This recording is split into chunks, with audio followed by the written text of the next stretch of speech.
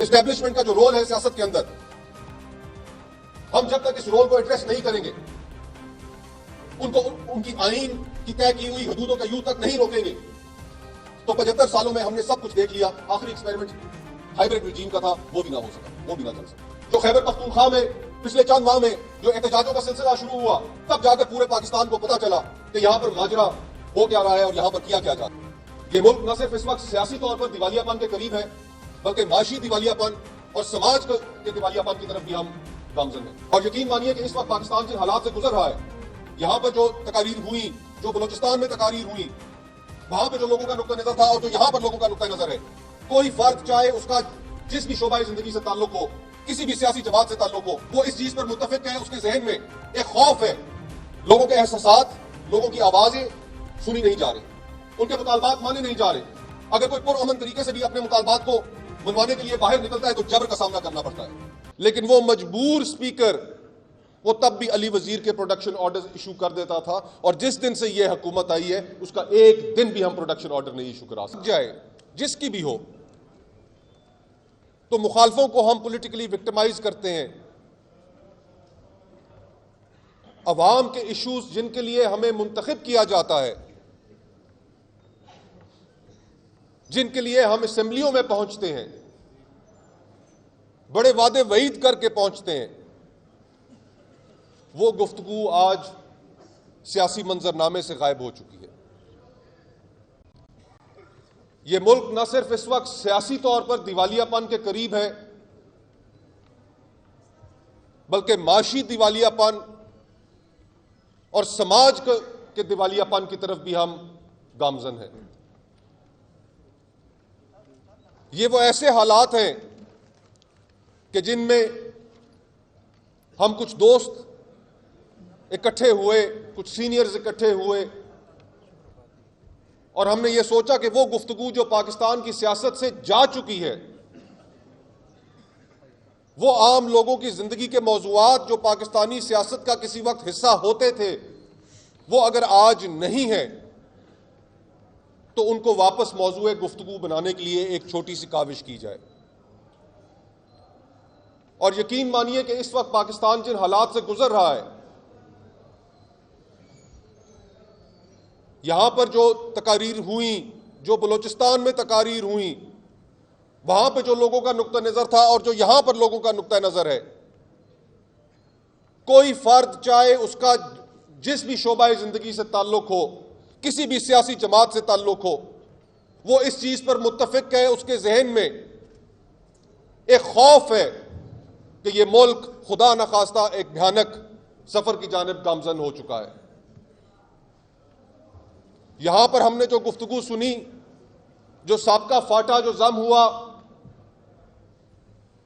मेरे भाई अजीज दोस्त मोहसिन दावड़ साहब ने जो गुफ्तगू की, जिन अहम चीजों की तरफ उन्होंने तवज्जो दिलाई, मरजान साहब जो हमारे बुजुर्ग, उन्होंने जिन चीजों की तरफ तवज्जो दिलाई,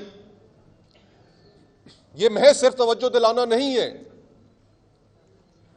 यहां के बासी चीख चीख कर कह रहे हैं कि खुदारा वो फैसले जल्द करो, ये ना हो कि देर हो जाए। लोगों के एहसासात, लोगों की आवाजें सुनी नहीं जा रही, उनके मुतालबात माने नहीं जा रहे। अगर कोई पुरअमन तरीके से भी अपने मुतालबात को मनवाने के लिए बाहर निकलता है तो जबर का सामना करना पड़ता है। गवादर में इस वक्त जो पिछले कई हफ्तों से जो सूरत हाल है, वो हम सब के सामने है।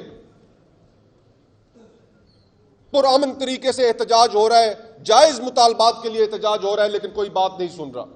बगावत के मुकदमे बनाए जा रहे हैं।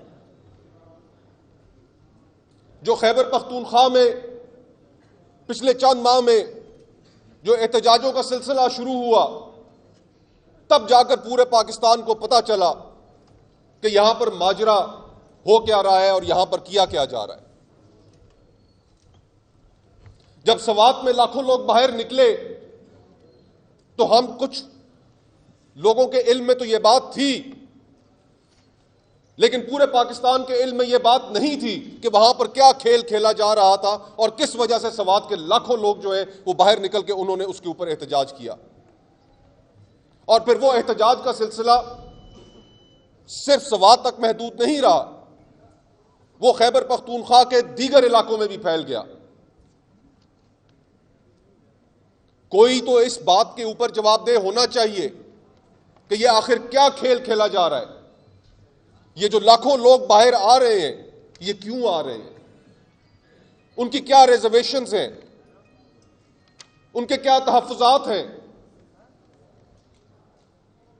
इस सारे मामले में जिस फोरम का सबसे कलीदी किरदार होना चाहिए था इस मुल्क की पार्लियामान का, वो खामोश है।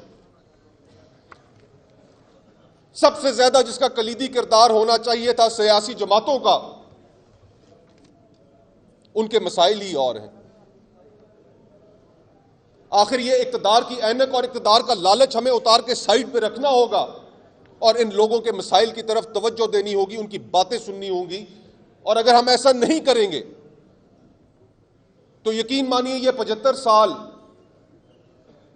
पानी भी अगर एक पत्थर के ऊपर कतरा कतरा गिरता रहे तो उसको भी फाड़ देता है। हम कब तक इन इश्यूज से नजरें चुराते रहेंगे?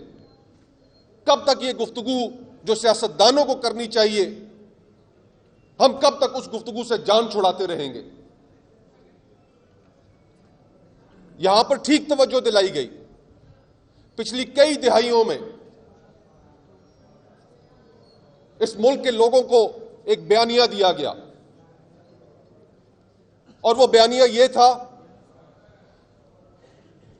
कि अफगानिस्तान के अंदर एक भारत नवाज हुकूमत वहां पर मौजूद है। वहां पर न जाने कितने उनके सफारत खाने खुल गए हैं और वो पाकिस्तान के अंदर बराह रास्त दहशतगर्दी करा रहे हैं।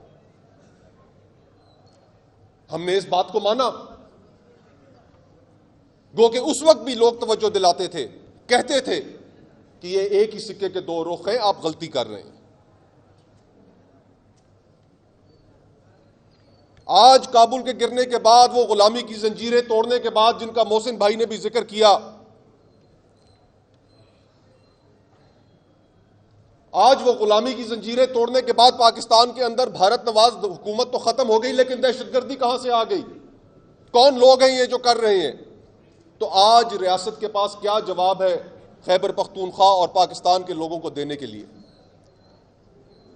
लाखों लोग अगर बाहर निकलकर अपना एहतजाज रिकॉर्ड कर रहे हैं तो इसी वजह से कर रहे हैं कि वो जवाब मांग रहे हैं कि क्या हमारी जिंदगियों की कोई कीमत नहीं? क्या हमने पहले कम कीमत चुकाई है? क्या खैबर पख्तूनख्वा का कोई ऐसा शहर है, कोई ऐसा गांव है जहां पर लोगों ने कीमत ना चुकाई हो? ये जिस शहर में आज हम खड़े हैं, ये जहां पर आज हम अपना सेमिनार कर रहे हैं, इस शहर ने कितनी भारी कीमत अदा की है।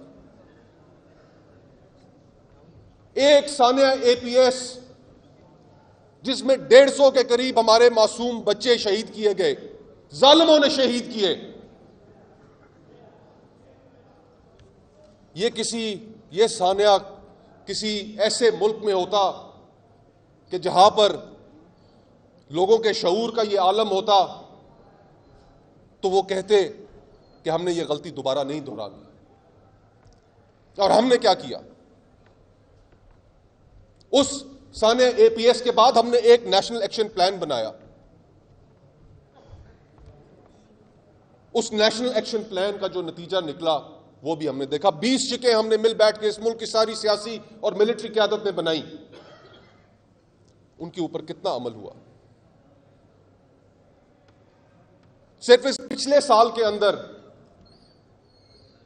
मैं एक तहकीक देख रहा था कि खैबर पख्तूनख्वा में 300 से जायद दहशतगर्दी के हमले हो चुके हैं।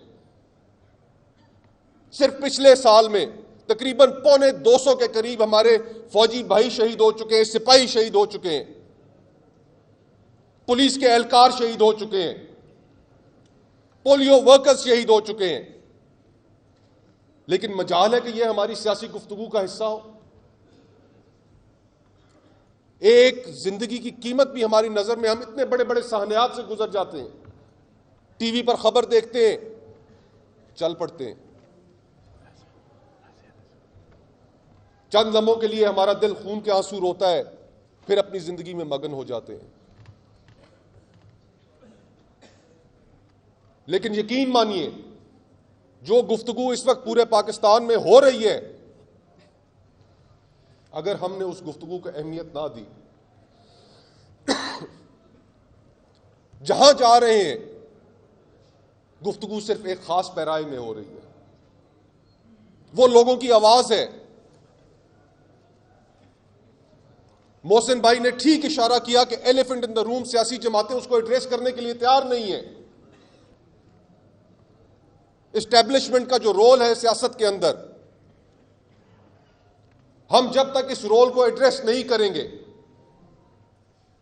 उनको उनकी आईन की तय की हुई हदूदों का यूं तक नहीं रोकेंगे, तो 75 सालों में हमने सब कुछ देख लिया।